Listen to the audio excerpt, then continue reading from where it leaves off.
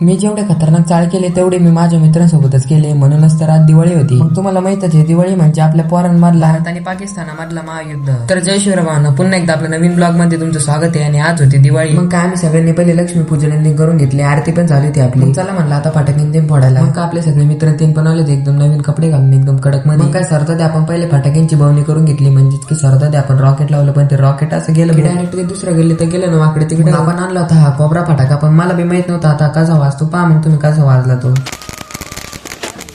आणि आपण कसं करतो, वेगवेगळे फटाके आणतो ते सिंगल मध्ये उडवतो. पण तसं आपल्याला यावेळेस करायचं नव्हतं. तर यावेळेस आपल्याला करायचं काय होतं, रॉकेटला सुतळी बॉम्ब बांधून हवेमध्ये सुतळी बॉम्ब फोडायचा होता. मग आपला हवेमध्ये सुतळी बॉम्ब फोडायचा एक्सपेरिमेंट एकदम सक्सेसफुल झाला होता. तो कसा झाला पाहूनच घ्या.